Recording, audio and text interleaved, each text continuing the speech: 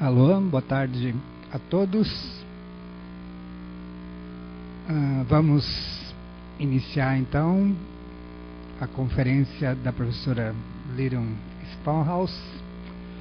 Agradecemos a presença de todos e agradecemos também a presença virtual de quem nos acompanha através do nosso laboratório de videoconferência na internet.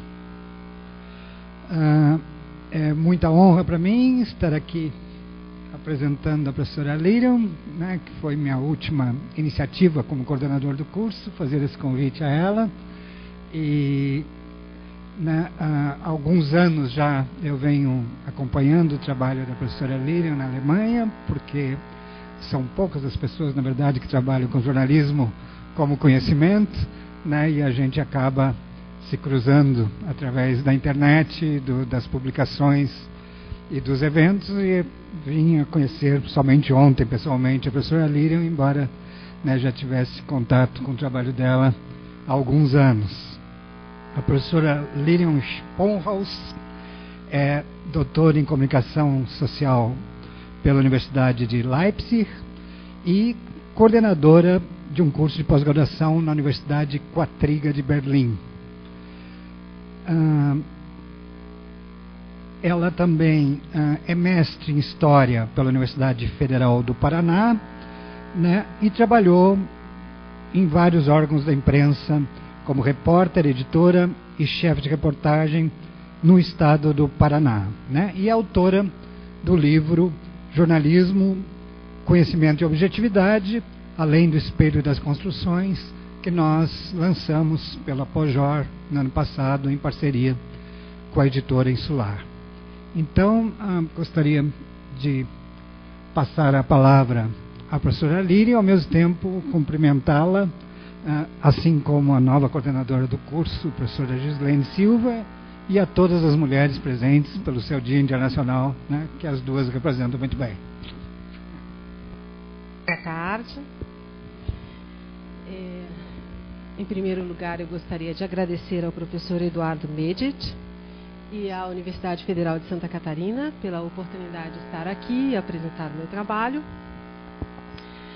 O tema sobre o qual eu gostaria de falar hoje é da experiência alemã de construção de uma ciência dos jornais.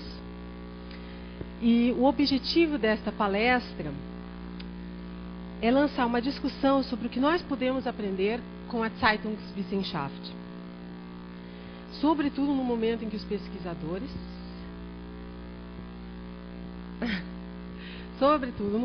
pesquisadores brasileiros estão tentando estabelecer um campo científico para o jornalismo, para os estudos de jornalismo, com avanços significativos. No início do século XX, a Alemanha vivia uma fase efervescente no seu desenvolvimento científico. E na área de jornalismo era provavelmente o centro mais importante do mundo nos estudos de jornalismo, por causa da ciência dos jornais, da Zeitungswissenschaft, por causa da criação e da prática da ciência dos jornais. Esse desenvolvimento foi interrompido e destruído pela ditadura nazista, e com isso a ciência dos jornais passou a ser história. Como nós veremos a seguir, a Zeitungswissenschaft nos mostra que uma ciência do jornalismo é possível, há uma base científica para tratar o jornalismo com teoria e métodos próprios, estabelecer um campo científico próprio é possível, mas o caso da Zeitungswissenschaft mostra que isso exige um consenso no setor. Uma ciência do jornalismo ela deve ser independente, não ser instrumento, mas sim corpo de conhecimento. Uma ciência do jornalismo deve entender-se ainda como interdisciplinar entre as ciências humanas, que a gente chama em alemão de Geisteswissenschaften, e as ciências sociais, entre as pesquisas fundamental e empírica. Para compreendermos o como e o porquê dessas premissas, eu pretendo contar um pouco da história dessa ciência.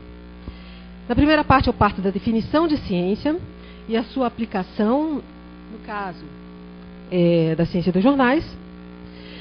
Em seguida, eu procuro fornecer alguns elementos para entender a Publizistik, quero analisar ainda o surgimento, a ascensão e a queda dessa ciência, para depois nós analisarmos e entendermos um pouquinho da publicística ou das ciências da comunicação, que sucedeu à ciência dos jornais, né? E por último, eu quero lançar algumas questões que devem ser consideradas para a possível aplicação do conhecimento da Zeitungswissenschaft nos dias de hoje. Né? Porque essa experiência da ciência dos jornais, ela continua sendo uma das experiências intelectuais mais maduras na nossa área. Bom,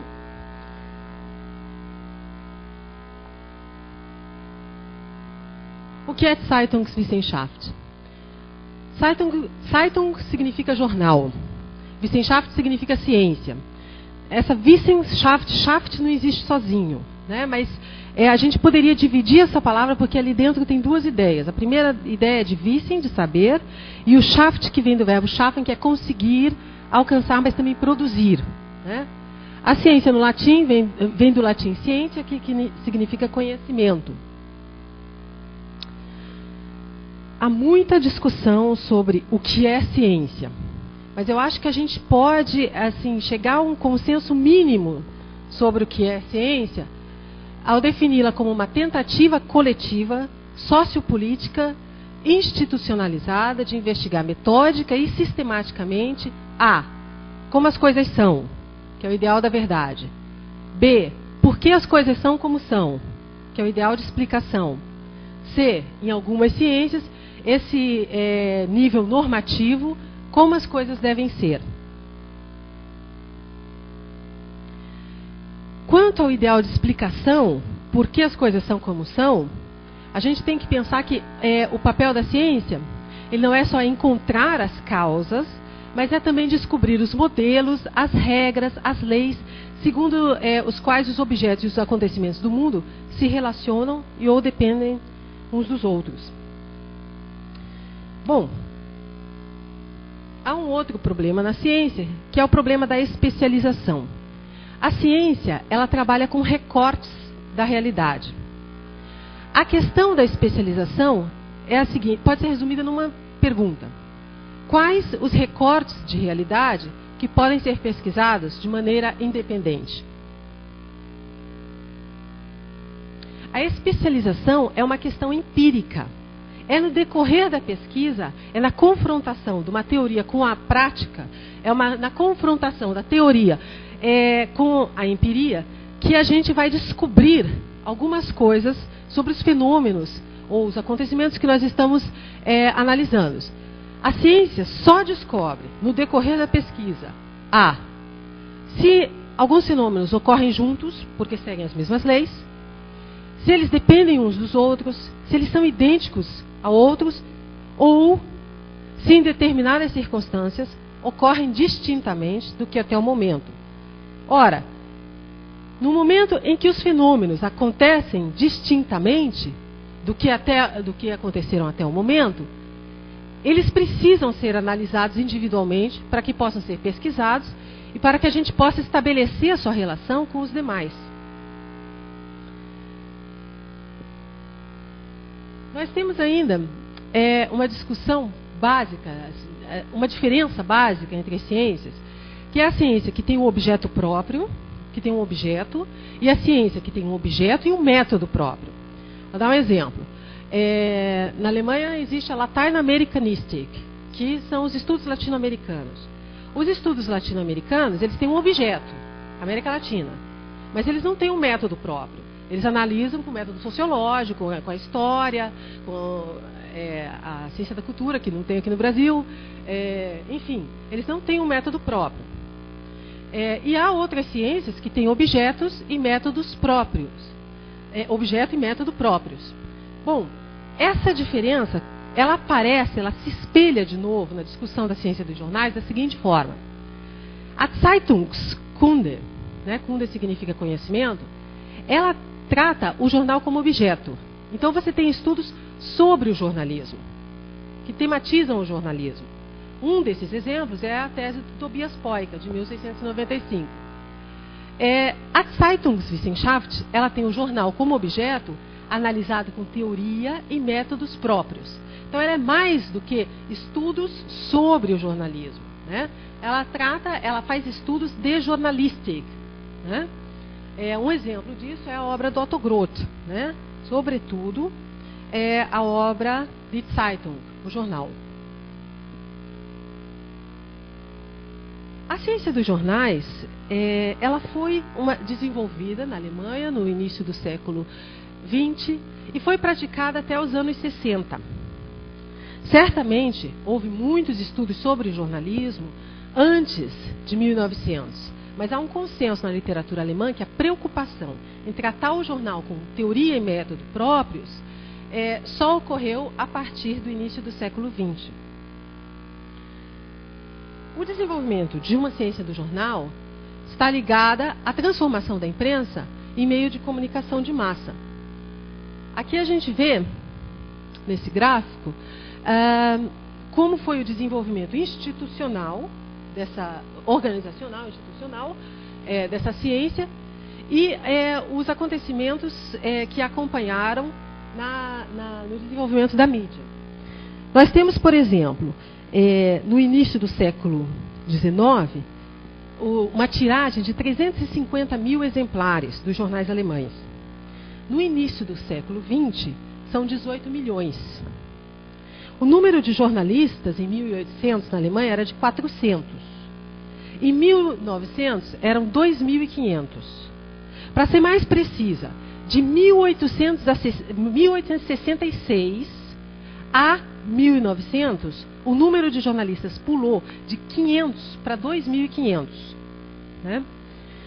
Esse fenômeno novo e relativamente abrupto levou uma grande preocupação com os efeitos da imprensa. Havia, por exemplo, a preocupação se os livros iriam desaparecer por causa do jornal, assim como hoje a preocupação se a imprensa vai desaparecer por causa da internet. Nós tínhamos aqui, portanto, uma condição para a especialização dessa ciência, para uma especialização da ciência. Né? Um fenômeno que ocorre distintamente do que ocorreu até o momento e que, portanto, precisava ser analisado individualmente. Outro fator que contribuiu para o desenvolvimento da ciência dos jornais foi a especialização das ciências no início do século XIX, a emancipação das Geisteswissenschaften. Né? Geist significa espírito, alma, mente, são as ciências que se preocupam com os conceitos, como, por exemplo, a filosofia, a história. Né? E houve muita resistência do pessoal que a gente chama das ciências humanas, né, contra essa especialização.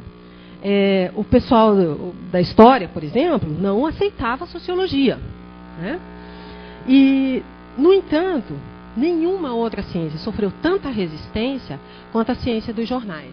O Ferdinand Tönnies, que é um dos pais da sociologia alemã, ao lado do Max Weber, fez até um comentário irônico, dizendo assim, né, não é necessário que cada coisa sobre a qual se possa fazer estudos úteis receba imediatamente o nome de ciência. Caso contrário, também haveria na zoologia uma galologia, ou ciência dos galos, uma ciência dos patos ou uma cisnelogia. Né? Essa postura extremamente inimiga, extremamente fechada do pessoal das outras áreas, fez com que os cientistas dos jornais também se fechassem para as outras áreas. E aí a gente tem o desenvolvimento, assim, primeiro, para não se diluir na área de conhecimento dos outros. Segundo, como estratégia de defesa, de autodefesa mesmo. Né? Quando uma pessoa tem uma postura tão fechada assim, as possibilidades de diálogo são difíceis. Né? E aí surgiram dois tabus na ciência dos jornais. O primeiro é assim, não podia se falar sobre isso. Os cientistas dos jornais não aceitavam que se discutisse isso. Né? Se o jornal, ao invés da Mitteilung, da mensagem, deveria ser o foco da nova ciência, porque é a ciência dos jornais. Né? E se outros meios, como o cinema e o rádio, não deveriam ser tratados em uma visão conjunta com o jornal. E isso é especialmente importante, porque nós vamos nos lembrar que nós estamos aqui no início do século XIX, século XX, perdão, e é a fase áurea também do rádio e do cinema. Né? Apesar das críticas, a ciência dos jornais conseguiu avançar bastante no início do século XX, conquistando cada vez mais espaço institucional na academia, no campo científico, e nas universidades, concretamente nas universidades. A ciência dos jornais encontrou legitimação e apoio no setor. Tanto as associações de jornalistas quanto os donos de jornais, associações de donos de jornais, queriam que essa área, que essa atividade fosse cientificizada. Os jornalistas queriam uma profissão, né? E pediam uma jornalística. E os donos de jornais queriam prestígio. Eles queriam uma ciência dos jornais, uma Zeitungswissenschaft, né? Esses dois grupos financiaram boa parte das atividades da ciência dos jornais. Eles financiaram, por exemplo, os institutos, as professuras, que são as cadeiras, né? As cadeiras nas universidades, enfim, as atividades dessa ciência dos jornais. Havia, portanto, um consenso no setor e dinheiro para isso, né? Para essa institucionalização. O desenvolvimento da ciência dos jornais, ela pode ser analisada pelo menos por dois prismas. O primeiro deles é da história das ideias, do desenvolvimento das reflexões, do corpo de conhecimento. O segundo é o da história social, das organizações, dos espaços institucionais, né? Ambos os prismas, eles se interseccionam, mas não são a mesma coisa e não andam necessariamente juntos, não caminham necessariamente juntos. Do ponto de vista do desenvolvimento das ideias, Haverbeck e Kutsch sistematizam o desenvolvimento da ciência dos jornais da seguinte forma. De 1900 a 1925, houve a identificação do problema. Problema, aqui, é entendido como a perspectiva do conhecimento e do objeto desta ciência. De 1925 a 1933, houve a definição do problema, foi a fase de definir o problema. De 1933 a 1945, nós tivemos a fase da adaptação pragmática ideológica, instrumentalização pela ditadura nazista, né? E a partir de 1945, houve a fase da desideologização e reconstrução. Ok. Pois bem, a primeira fase foi a fase dos estudos sobre jornais nas ciências já existentes. E a fase de separação de texto científico, de estudos científicos e de manuais e outras obras não científicas, né? Do ponto de vista do conteúdo, esta fase é marcada pela discussão do papel dessa nova ciência. O que ela deve fazer? Ela deve elevar a competência midiática, que a competência midiática é a sua competência de lidar com o conteúdo da mídia, a sua capacidade crítica de lidar com a mídia, né? Deveria elevar a competência midiática, o que significaria se concentrar nas funções do jornal e nos seus efeitos sobre a sociedade e o indivíduo, ou ela deve formar jornalistas profissionais, né? Essa era a discussão. Este desenvolvimento das ideias foi acompanhado por um processo de institucionalização da área, com a criação de institutos,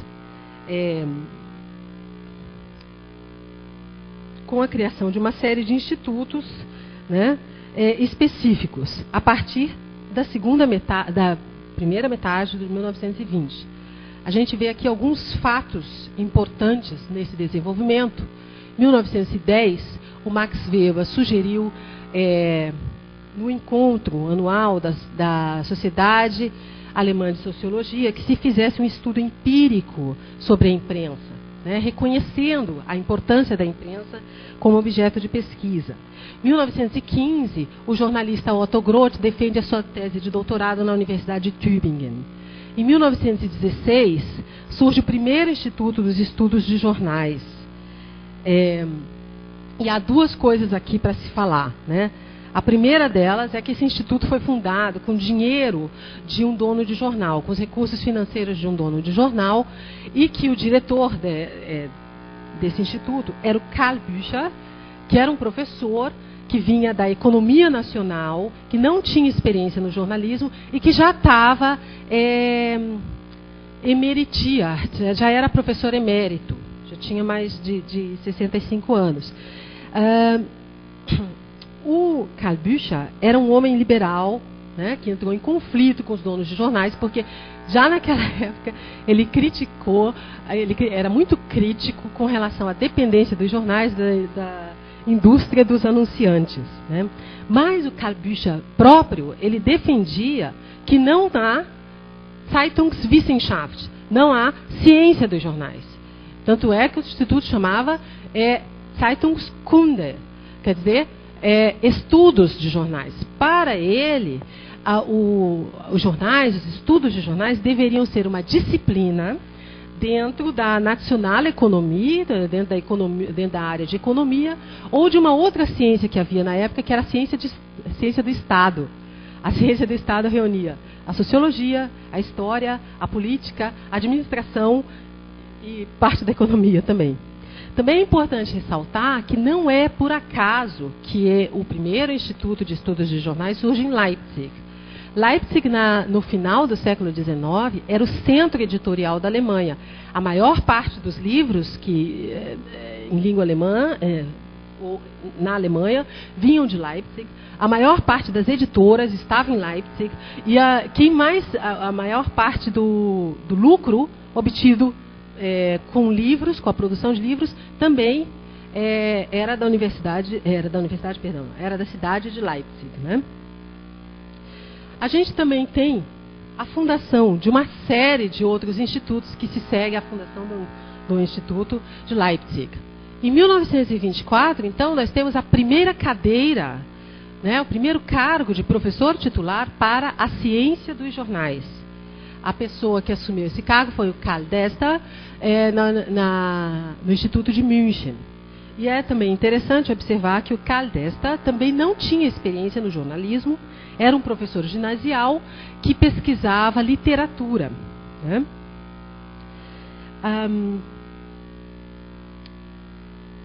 Depois ocorre, em 1926, a fundação da primeira revista científica da área, a revista Zeitungswissenschaft, fundada pelo Karl Desta e pelo Walter Haider.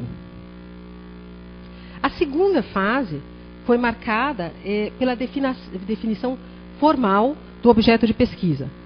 Nesse caso, privilegia-se a análise das funções do jornal e seus efeitos, buscando-se, então, aumentar a competência midiática da sociedade e do indivíduo a lidar com a mídia, em detrimento da formação profissional dos jornalistas. A área passa a ser marcada, então, pela interdisciplinaridade. Foi nessa época que Otto Groth escreveu a obra mais importante, considerada a obra mais importante da Zeitungswissenschaft, da ciência dos jornais, que é o Die Zeitung, o jornal, uma coleção de 4 exemplares, né? E apesar de ter a influência weberiana, o Otto Groth fez uma obra mais filosófica do que empírica. Ele executou, em parte, a ideia do Weber de fazer um estudo empírico, mas sendo o foco principal dele, a análise que ele faz, ela é mais filosófica do que social empírica, ou sociológica empírica, né? Bom, com a chegada de Adolf Hitler ao poder, a instalação da ditadura nazista, parte do grupo dos cientistas dos jornais viu a sua chance de garantir mais espaço institucional para a área, ao se deixar instrumentalizar ideologicamente. Este foi o caso, por exemplo, do Walter Haider, que na época era presidente da Federação Alemã de Ciência dos Jornais. A revista da área, Zeitungswissenschaft, também passou a ser utilizada para fins propagandistas. O Walter Haider, ele tinha 2 características. Primeiro, ele era completamente contrário à interdisciplinaridade, o que está ligado ao entendimento dele do jornal como um instrumento de exercício do poder, né? Enquanto cientistas dos jornais, Walter Haider, se envolve com a ideologia nazista, o também cientista dos jornais, Otto Groth, tem o seu direito de trabalho cassado e é obrigado a deixar a chefia de redação da sucursal do Frankfurter Zeitung em Munique. O Groth era, na época, o Privatdozent mais famoso da área. Privatdozente são pessoas que dão aula na universidade, mas que não fazem parte do quadro de funcionários, não são efetivos da universidade. O Otto Groth tinha descendência judaica e nunca foi nomeado professor titular. Ou seja, ele nunca fez parte do quadro de uma universidade, né? E passou a vida trabalhando como jornalista. Depois da Segunda Guerra Mundial, houve a tentativa dos aliados, Estados Unidos, Grã-Bretanha, França e União Soviética, de desnazificar a Alemanha. Este momento foi conhecido como Stunde Null, que significa hora zero. O termo Stunde Null se refere ao momento da assinatura da capitulação incondicional da Alemanha. Isso teria ocorrido à meia-noite do dia 8 de maio de 1945. E aí a gente tem uma discussão daquelas bem europeias, que é muito importante, se a guerra acabou no dia 8 ou no dia 9, porque era meia-noite, né? Então, os franceses, os americanos e os britânicos comemoram o fim da Guerra Mundial no dia 8 de maio. Mas os russos comemoram no dia 9 de maio. Né? E o termo Stunde Null também é polêmico por um outro motivo. Ele é utilizado metaforicamente para se referir, para marcar o recomeço depois da ditadura nazista. A partir de agora, aqui é zero, a partir de agora nós somos outros, nós construímos uma nova Alemanha. Né? O problema é que as pessoas que viviam na Alemanha depois de 1945 eram as mesmas que viviam antes de 1945. Um caso concreto, um exemplo concreto. Havia os jornalistas e os acadêmicos que não tiveram um engajamento aberto, não tiveram envolvimento aberto com a ditadura nazista ou cujo envolvimento não pôde ser comprovado, continuaram a dar aulas, continuaram a trabalhar como jornalistas. O processo de desnazificação significou, na área de comunicação, a construção de um novo sistema midiático a partir do zero. No primeiro momento, todos os jornais foram proibidos, todos os jornais alemães foram proibidos. Jornais, todas as publicações. Num segundo momento, os aliados distribuíram licenças, licenças para publicar, licenças para os donos de jornais e licenças para trabalhar como jornalista. E para trabalhar como jornalista, ou para organizar um jornal, para publicar um jornal, para ser dono de jornal, a pessoa não poderia ter tido engajamento nenhum com a ditadura nazista. Isso na Alemanha Ocidental. Na Alemanha Oriental, o desenvolvimento é bem diferente da Alemanha Ocidental. A Alemanha já tinha uma experiência democrática antes do nazismo, né? Que é a República de Weimar. Mas os americanos e os ingleses não queriam de maneira alguma que a Alemanha adotasse o modelo de imprensa que se tinha na época, porque eles a consideravam partidária, autoritária e doutrinária, antes ainda dos nazistas. O jornalista inglês Sefton Delmer, do Daily Press, que era um dos responsáveis pelo projeto de reeducação na zona de ocupação britânica, responsável pelo projeto de reeducação na nossa área, na área da imprensa, preocupava-se com o estilo de notícias do alemão. Né? Para Delmer, que trabalhou diretamente na fundação do jornal Die Welt, que é um dos maiores de circulação nacional na Alemanha hoje em dia, os jornais alemães eram ilegíveis. Eles eram escritos de maneira tão indigesta que a massa do público não queria e nem conseguia absorver o que estava escrito ali. Assim como no jornalismo, os professores e os pesquisadores da área também tiveram que provar que não estavam envolvidos no partido nazista, né? E nem colaboraram com o regime. E aqueles que estavam carregados por esse passado não puderam mais dar aulas nas universidades. boa parte dos cientistas de jornais era de nazistas, convictos ou pessoas que, por oportunismo, colaboraram de alguma forma com o regime. Estes não puderam dar continuidade ao seu trabalho. E o que aconteceu? Formou-se um vácuo de pessoas qualificadas na área. Em München, em Munique, o Karl Desta teve que lutar pela sua cadeira, ele teve que provar que ele não tinha engajamento nazista. Ele e o Emil Dovifat não eram nazistas convictos, mas continuaram trabalhando normalmente durante a ditadura. Ou seja, eles se arranjaram com o regime. O Desta, depois de ter convencido os ocupantes americanos de que ele não era nazista, acabou ganhando fama por ter transformado o Instituto de Estudos de Jornais em uma fábrica de títulos de doutorado, a Dr. Fabrik. E a partir de 1947, o Desta orientou 400 teses de doutorado. Isso é muito. Isso não tem como garantir qualidade com esse número de teses, né? E isso contribuiu ainda mais para acabar com a reputação da área. Além disso, os institutos de pesquisa foram destruídos pela guerra. E as organizações que poderiam eventualmente financiá-los, como a Federação dos Jornalistas ou a Federação dos Donos de Jornais, estavam completamente fragilizadas. Não foi só a falta de pessoal e a destruição provocada pela guerra que acabou com a ciência dos jornais. O que realmente contribuiu para acabar foi a ideologização, a nazificação dos cientistas. No que diz respeito à reconstrução dos estudos científicos sobre mídias e sobre jornalismo, a questão nesse momento era, tá bom, acabou a guerra, e agora? O que a gente faz? Como é que vai em frente? E havia dois grupos. O grupo do Emil Dovifat, que defendia uma publicistic, né, que se preocupa com processos que a mídia se provoca na esfera pública, e o outro em torno do Karl Desta e do Otto Groth, que propunham uma ciência dos jornais multimídia, né? O Otto Groth ainda tentou salvar o barco, mudando o nome da ciência para Periodic.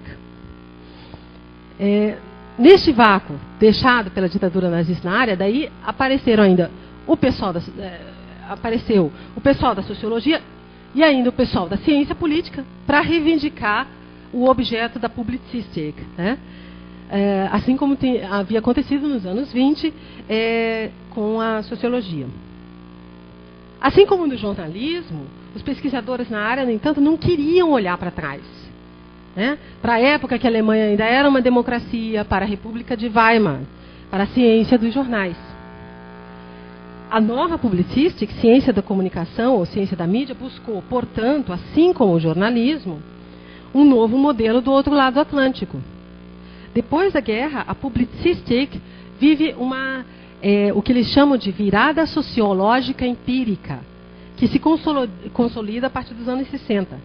Desde então, a publicistic, ou ciências da comunicação, se despediu decididamente das ciências humanas e concentrou-se em uma concepção científica que não só se assemelha, como imita a communication science norte-americana. Trata-se de uma área que se entende como uma ciência social interdisciplinar, claramente voltada para a pesquisa empírica e, sobretudo, quantitativa. Essa mudança de paradigma abriu a possibilidade de diálogo com as outras áreas, b, a possibilidade de reabilitação política. Uma outra tendência observada depois da Segunda Guerra Mundial é a do abandono de uma orientação prática voltada para a formação profissional.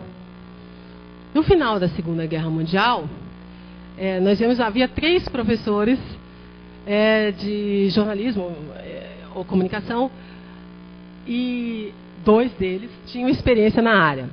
Mas, enfim, depois da Segunda Guerra Mundial, a gente vê que a experiência na área ela diminui bastante.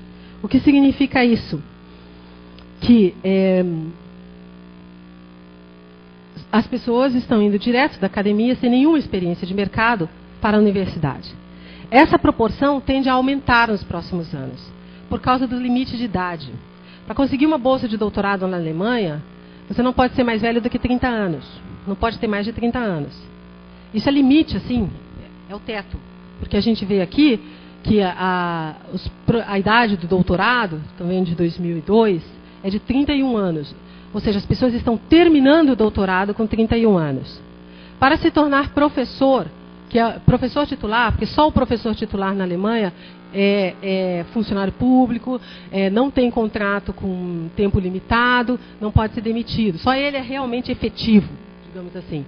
Para se tornar professor na Alemanha, só há a opção de se tornar titular, é preciso fazer uma habilitação, que é uma espécie de tese de livre docência, que demora 5 anos. Para você, a idade média dos que terminam a habilitação na Alemanha é de 40 anos. Ou seja, com 40 anos você tem que ter feito a graduação, mestrado, doutorado e habilitação. Então a discussão agora não é mais se você deve ter experiência no jornalismo para formar jornalistas. A questão agora é se você pode. Né? Porque se você trabalhar no mercado você fica muito velho. Bom, o que a ciência dos jornais tem a nos ensinar hoje? Que essa ciência de vida tão curta pode contribuir para os estudos de jornalismo no Brasil. A ciência dos jornais é uma das primeiras experiências na tentativa de construção de um campo de conhecimento próprio e provavelmente a mais amadurecida. Muitas das questões levantadas por ela continuam atuais. Basta ver a importância internacional da obra do Otto Groth, sobretudo nas línguas latinas, no português, no espanhol, no francês. E isso é realmente surpreendente, porque a maior parte da obra do Groth nunca foi traduzida. Além disso, ela é extremamente volumosa. O jornal, aquela obra clássica de 1926 a 1930, são 4 exemplares. Os exemplares variam de 300 a 600 páginas cada um. Depois da Segunda Guerra Mundial, ele escreveu uma outra obra que é uma extensão, um amadurecimento da Die Zeitung, que se chama de Unerkannte Kulturmacht, ou seja, o poder cultural desconhecido. Essa tem 7 volumes, cada um com 300 a 600 páginas. E mesmo assim, o homem é citado.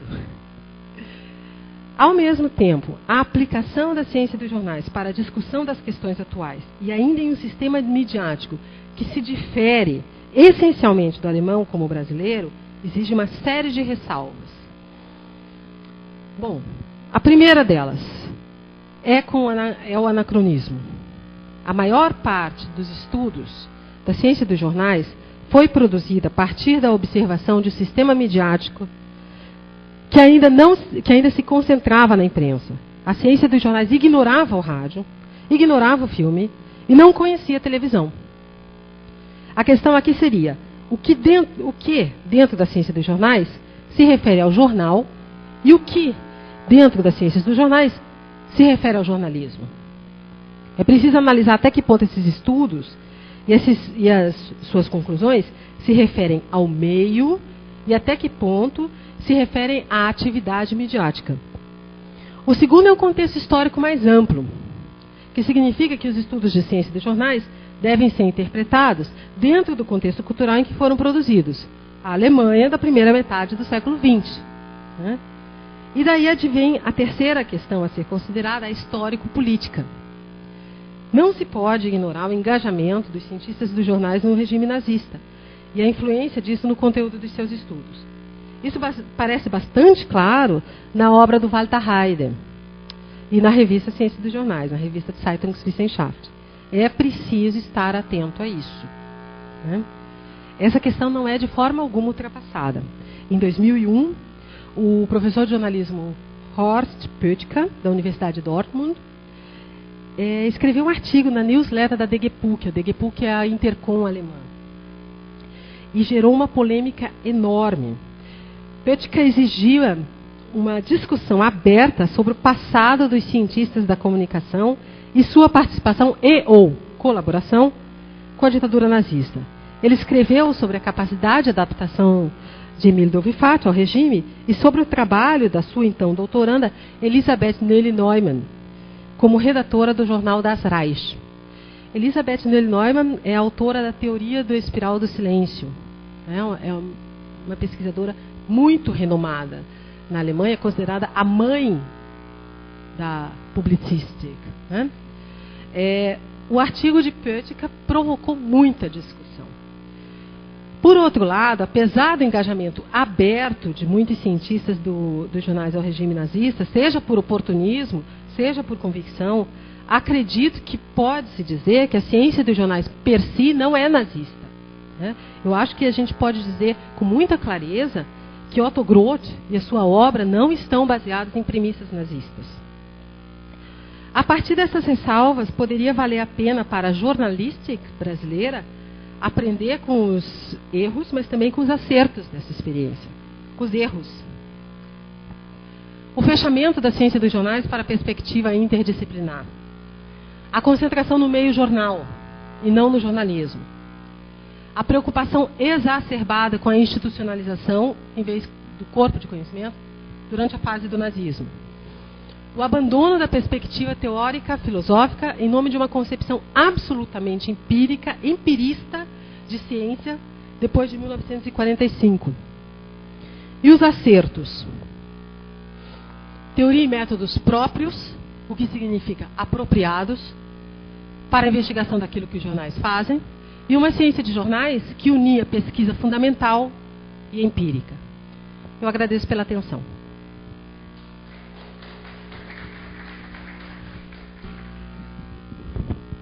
Bom, pedir para as pessoas que tiverem perguntas que façam aqui no microfone, porque nós estamos também falando pela internet e aí as pessoas que estão em outros locais podem acompanhar as questões. Né? Enquanto ninguém se manifesta, eu vou fazer algumas.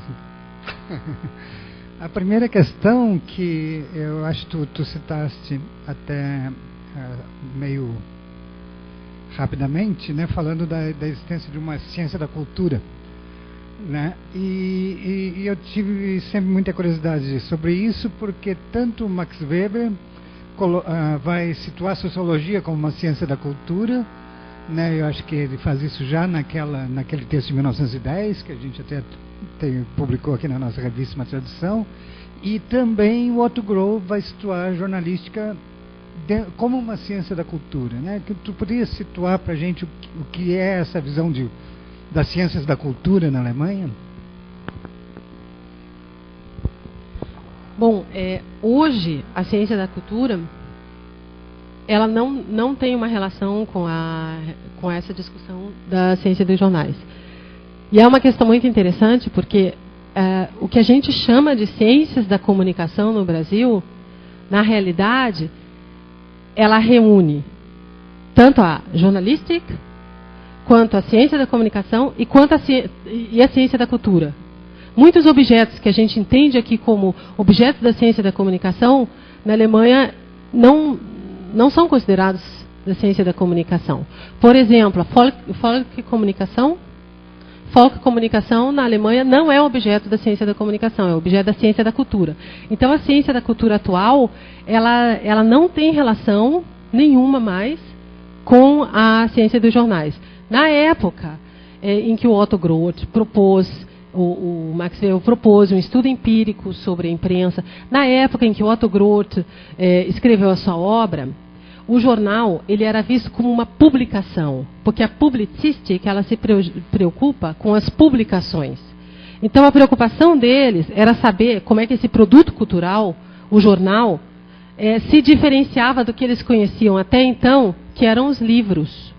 Né? Então essa era a preocupação, por isso a concentração no meio. Nesse sentido que a ideia do jornal como um produto cultural deve ser entendida.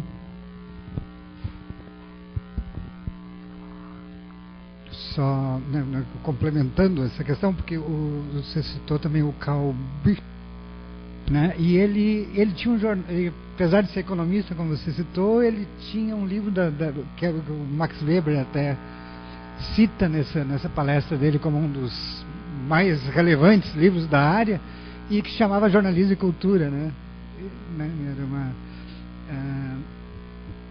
outra questão que eu acho, né, bastante relevante para a gente é aí mais um comentário do que uma questão, mas né, é essa questão realmente da historicidade dessas ciências todas, né, inclusive do que a gente tem hoje como ciências da comunicação, né? Eu tenho estudado um pouco o outro lado aqui americano da questão, e fica muito evidente também, né, esse papel que a Segunda Guerra Mundial teve na institucionalização dessa ciência, né? Até esses dias eu, fazendo uma pesquisa aí para o meu projeto de pós-doc, achei uma coisa curiosíssima, porque eu havia citado no meu mestrado uma frase do Raymond Nixon, que foi a pessoa que trouxe a ciência da comunicação para a América Latina, né? Era um americano que trabalhou pela Unesco no CIESPAL, e ele tinha uma justificativa política para trazer a ciência da comunicação e substituir as faculdades antes existentes, né? E ele tinha uma frase dizendo que se o jornalismo fosse bem orientado, se a mídia fosse bem orientada, evitaria conflitos, não sei o quê. E agora, eu lendo um livro americano que cita os nazistas que fizeram essa instrumentalização da ciência jornalística, eu encontrei a mesma frase de um nazista. A mesma frase, quer dizer, o americano, para implantar na América Latina, pegou a frase de um nazista e repetiu, só que, né, num outro contexto, no contexto da Guerra Fria. Aí, né? Então, isso é importante ver como, né, o jornalismo, por ser politicamente tão estratégico, né, dentro das disputas políticas, né, ao mesmo tempo se torna tão vulnerável a esse tipo de influência, e particularmente, né, na universidade, como isso ocorreu e como isso influenciou na institucionalização da nossa área, né, e nos caminhos que foram tomados, nas perdas e nos ganhos que a partir daí ocorreram, né? E outra questão, eu acho que é interessante aí passar mais como pergunta para você, essa questão da transformação das ciências humanas em ciências sociais, né? Isso aí também foi um processo que parece que ocorreu internacionalmente em relação à comunicação, né? Particularmente nesse período de Guerra Fria, né, que os Estados Unidos interviram, inclusive na Alemanha, além de intervir aqui na América Latina, né? Eles forçaram essa transformação, né, das ciências humanas em ciências sociais empíricas, né? Aqui ficou muito claro isso, né? A ciência da comunicação, na sua primeira versão que veio para cá, era uma ciência que teria que ser empírica, numa visão bem positivista, né? E parece que lá também ocorreu isso, mas num outro processo histórico que eu gostaria que você falasse um pouquinho mais. Bom,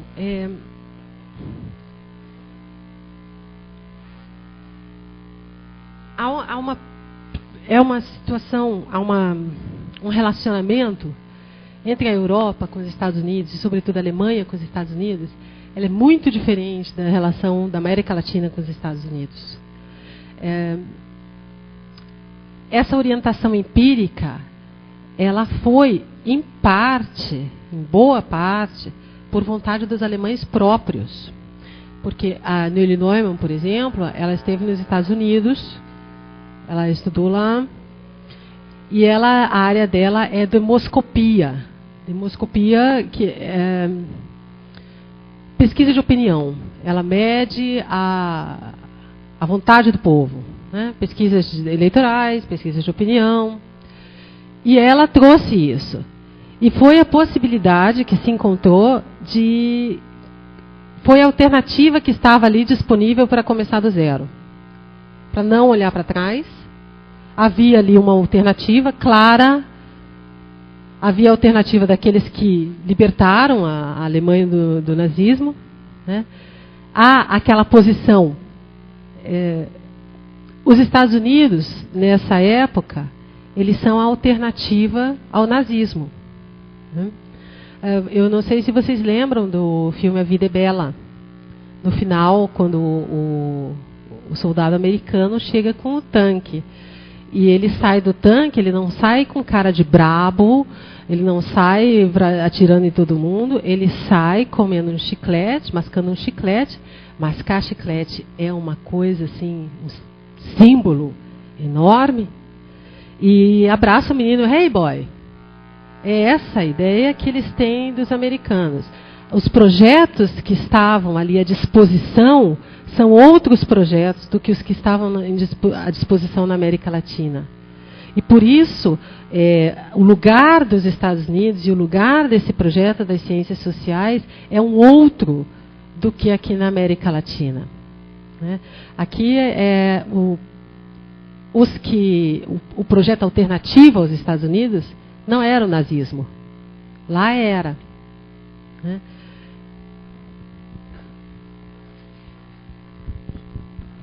Não sei se alguém tem alguma questão mais para a professora Líria, professora Gislaine.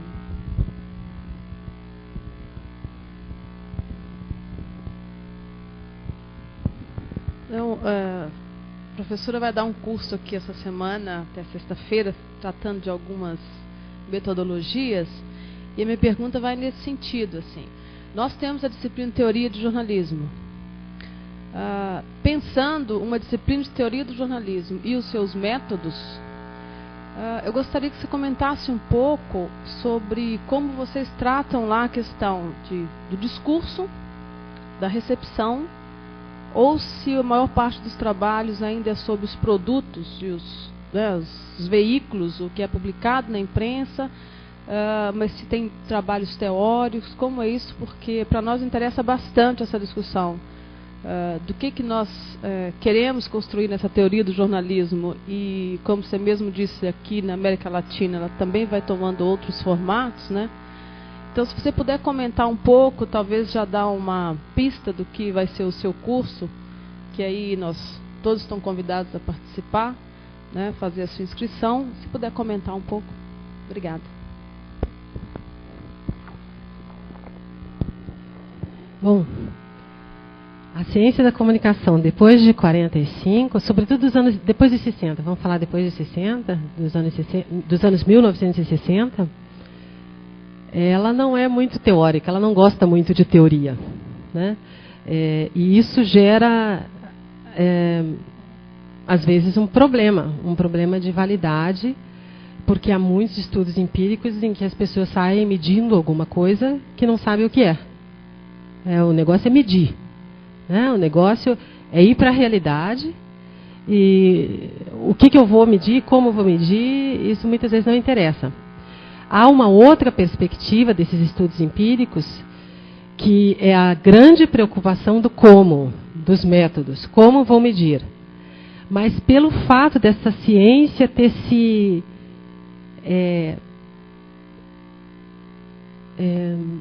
separado de forma tão forte das ciências humanas, há muitas vezes um déficit de teoria. As pessoas não sabem sobre o que elas estão falando, elas acham que sabem. Por exemplo, o problema da nossa área de ciências sociais é que os conceitos eles não são claros. Quando eu falo, o que eu estudo, objetividade pode ser 1000 coisas. Há uma série de conceitos polissêmicos na nossa área. Objetividade, credibilidade. Se a gente for na sociologia, classe. Você não é como na ciência humana, nas ciências exatas, que as chances de que um outro pesquisador esteja pensando a mesma coisa que você, com aquele termo, são muito altas. Velocidade. Né? Então, para nós, essa perspectiva teórica é extremamente importante. Nós temos que saber, quando a gente faz um estudo de objetividade, a gente tem que saber, tem que ter claro, tem que definir o que é objetividade. Ou tem que definir o que é classe, se for um sociólogo. Classe pode ser chique. Classe pode ser a classe da escola. Classe pode ser a classe de estratificação social. Né? E essa falta da teoria, ela gera esse problema. As pessoas estão medindo alguma coisa que elas acham que todo mundo está pensando. Elas acham que todo mundo está pensando o mesmo. Há pesquisadores, no estudo que a gente conversou, que pesquisaram, que ouviram um estudo, se não me engano, foram mais de 300 jornalistas, o outro foram mais de 7.000 jornalistas no mundo inteiro. Objetividade é importante para você?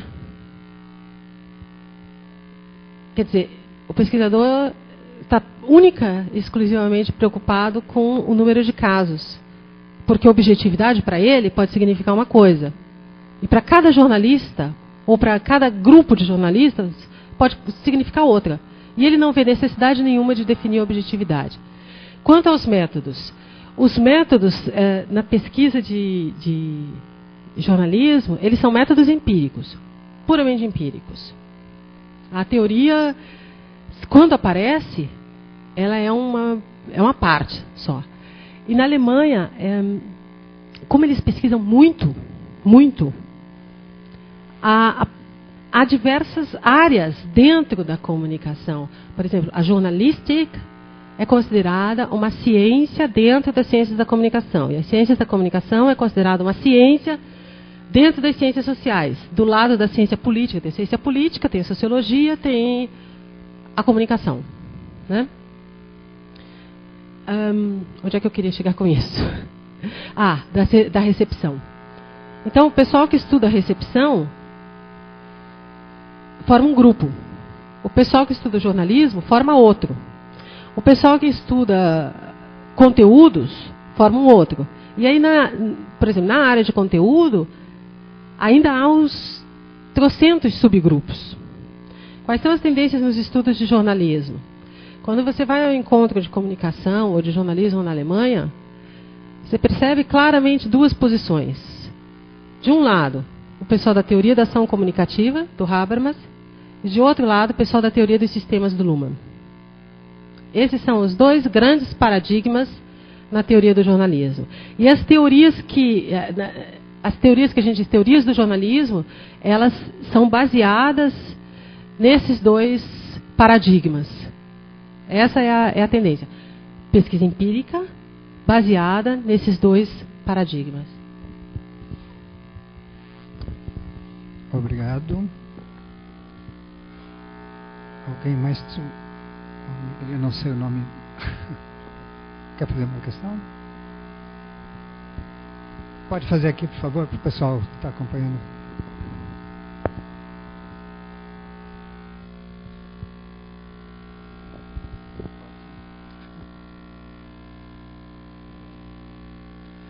A ditadura nazista trouxe algum benefício para o jornalismo, seja curto, médio ou longo prazo?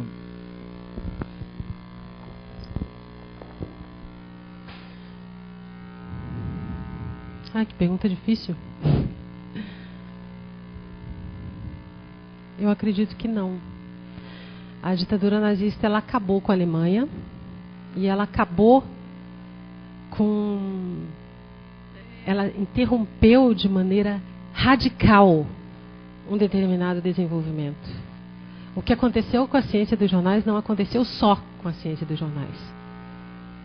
Você jogou muita coisa fora que foi produzida na Alemanha por causa da experiência nazista. Há alguns sociólogos que falam, por exemplo, do abandono do Max Weber depois.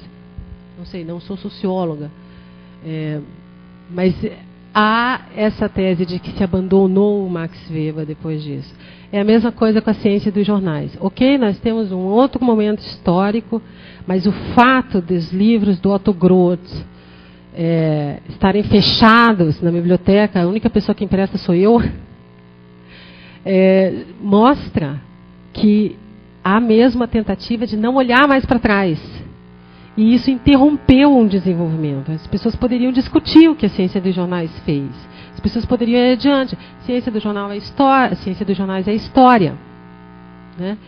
Então, eu não acredito que o nazismo trouxe qualquer benefício. Ele destruiu também linhas de pensamento que não eram necessariamente nazistas. O Otto Groth morreu, digamos assim. A obra do Otto Groth morreu com o nazismo, embora o Otto Groth não seja nazista. Nunca tenha sido nazista. Mas há algumas tendências que você observava antes do nazismo e que ainda hoje permanecem no jornalismo alemão. O jornalismo alemão, ele é opinativo. Então, há alguma coisa positiva? Positiva não, nenhuma.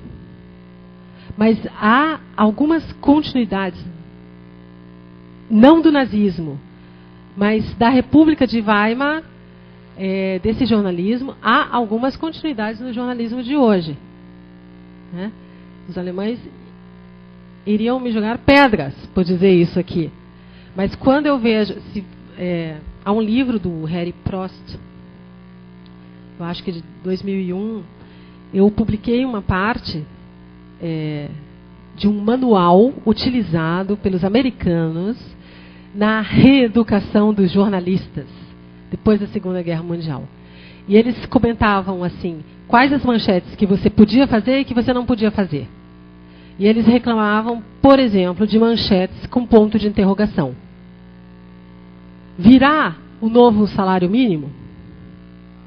Eles falavam, isso não é jornalismo, isso é especulação. Não se pode fazer isso. Isso no manual, depois no período da reeducação, depois da Segunda Guerra Mundial.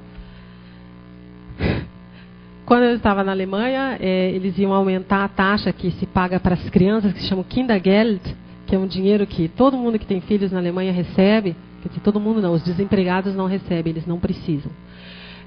Mas os empregados, as pessoas que trabalham, recebem quando têm filhos.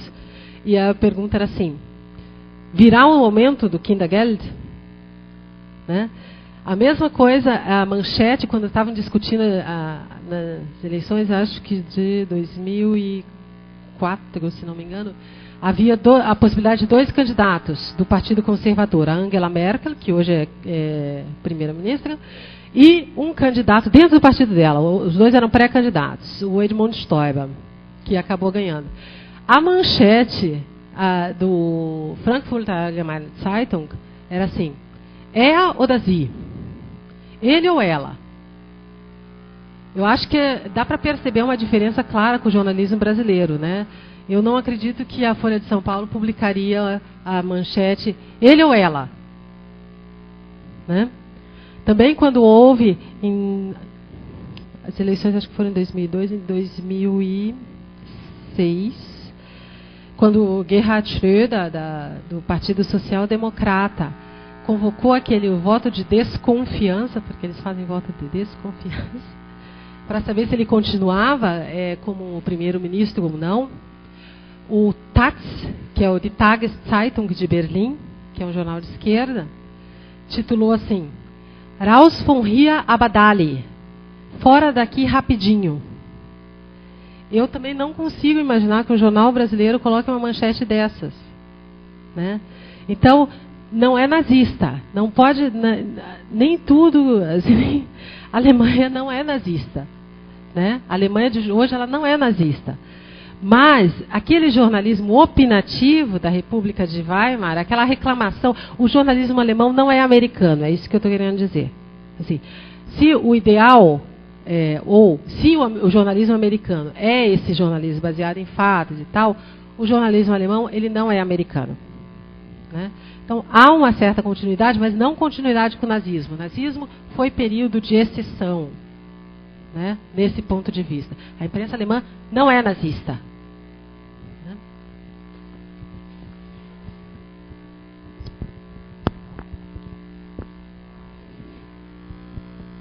Mais alguma questão? Primeiro eu gostaria de saber também dos novos pesquisadores de jornalismo, que a gente teve recentemente, em 2009, a publicação daquele Globalização do Jornalismo, que é de um americano e de um alemão, e que a metade são americanos e a metade são alemães. Né? Então é essa tendência, e também uma pergunta em causa própria, porque eu estou pesquisando fontes, e você é uma pessoa que sempre volta a esse tema e gosta desse tema, porque o jornalismo é muito em cima do mediacentrismo, que não trata as fontes como devia ser tratado, né? Você sabe disso? E então eu gostaria de saber se é possível, ou estamos longe ainda, de termos uma teoria das fontes.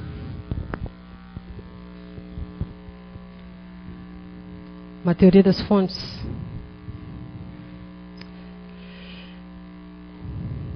Você leu o livrinho do Rogério Santos, o português? O Rogério Santos ele faz uma apanhada, um estado da arte dos estudos de fontes, sobretudo os estudos norte-americanos. Como é que é isso na Alemanha? na Alemanha, os estudos de fontes têm sido feitos pelas relações públicas, porque eles estão interessados em analisar a influência pelas relações públicas e pelo jornalismo. Porque na Alemanha, assessor de imprensa não é jornalista, assessor de imprensa é relações públicas. E eles estão muito preocupados em analisar a influência das assessorias de imprensa no jornalismo. Então, os estudos de fontes vão nessa direção. E aí você tem uma teoria relativamente desenvolvida na direção, uma teoria que eles consideram a teoria das relações públicas, com um método próprio, que é a análise de ressonância midiática, método próprio da comunicação, que é a análise de ressonância midiática. Se nós temos uma teoria das fontes, eu não sei, mas com certeza esse é um instrumento, é uma ferramenta nossa. Né? Muitas vezes a gente discute, o jornalismo tem um método próprio, o jornalismo tem ferramentas próprias para se analisar. Que ciência que nós somos? Uma ciência que tem um objeto ou uma ciência que tem objeto e método? Nós já temos alguns métodos. E eu penso que nós já temos algumas ferramentas, pelo menos para analisar o jornalismo, que são ferramentas próprias. Elas não são necessariamente melhores do que de outras áreas, mas em algumas situações elas são mais apropriadas do que outras áreas. E os estudos de fontes vão nessa direção. Se nós vamos formar uma teoria das fontes, pode ser? Pode ser. Em todo caso, nós temos um instrumentário, nós temos aí uma ferramenta própria. O que uma teoria do conhecimento orientada ao jornalismo precisa estudar?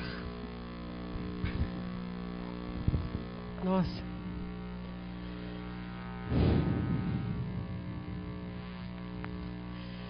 O que uma teoria do conhecimento orientada ao jornalismo precisa estudar? Bom, há uma série de possibilidades que a teoria do conhecimento aplicada ao jornalismo pode abrir. Eu acho importante que a gente analise o jornalismo como um tipo de processo de conhecimento próprio. Ele é diferente da ciência, ele é diferente da arte. Eu acho que essa é uma questão muito importante. E por que ele é diferente? Ele é diferente por causa do processo de produção, ele é diferente por causa do seu recorte de realidade. Essa é uma questão importante. Uma vez isolado, né, a questão da especialização, uma vez isolado, a gente pode estabelecer as relações do jornalismo com outros tipos de processo de conhecimento. A gente pode estabelecer as relações entre o jornalismo e a ciência. Essa é uma comparação ao jornalismo e à ciência. Esse é um assunto que toda vez que se fala de jornalismo, nas outras áreas, sobretudo nas outras áreas, vem à tona, porque muitas vezes se cobra que o jornalismo seja ciência. O jornalismo não explica isso, o jornalismo não esclarece. É papel do jornalismo agir como a ciência? Eu vou dar um exemplo. Eu fui num congresso, o assunto era extremismo de direita. E a reclamação de uma das pesquisadoras era que o jornalismo ele não se baseia nas regularidades, que ela chama mídia, né? Mas na realidade ela estava se referindo às notícias. O jornalismo ele não se baseia nas regularidades, que as estatísticas, isso é um assunto que nós vamos tratar no curso, as estatísticas dizem uma coisa diferente do que o jornalismo diz. O jornalismo conta, ela reclamava dos chamados enquadramentos episódicos, que é contar a história de alguém, contar a história de uma pessoa que sofreu um ataque, foi atacada por extremistas de direitas, por neonazis, por exemplo. E que isso seria um problema. Mas por que é um problema? Eu estou contando a história de alguém e isso é uma forma de me abrir uma determinada realidade. Por que contar a história de uma pessoa que foi atacada por um neonazi é menos válido ou é pior do que uma estatística? São simplesmente formas diferentes de acesso à realidade. É claro que quando a realidade midiática, né, que é a realidade que o jornalismo produz, se transforma em realidade do público, acontece uma série de coisas. Por exemplo, sequestro de crianças ou pedofilia. A gente pode ter uma impressão de que os casos de pedofilia estão mais frequentes do que as estatísticas mostram. É claro que isso pode acontecer, mas isso não significa que o tratamento do singular, né, que é o que o Genro Filho fala, faça do jornalismo uma forma de conhecimento pior. Ou faça do jornalismo uma forma de conhecimento, não, perdão, um tipo de processo de conhecimento. O Orlando Tambosi está aí, por isso tenho que tomar esses cuidados. O tipo de processo de conhecimento seja menos válido, seja pior, ou ele não possa me dizer nada. Então, eu acho que as especificidades do jornalismo, e eu não estou me referindo necessariamente às especificidades do jornalismo com relação a outras formas de atividade midiática, mas as especificidades do jornalismo, por exemplo, com relação à ciência. Né? Essa é uma questão muito importante e é o que pode tornar os nossos estudos válidos. Eu posso reclamar que o jornalismo não está espelhando a realidade? Né? Eu acho que essa é a questão central. Ok. Tá bem.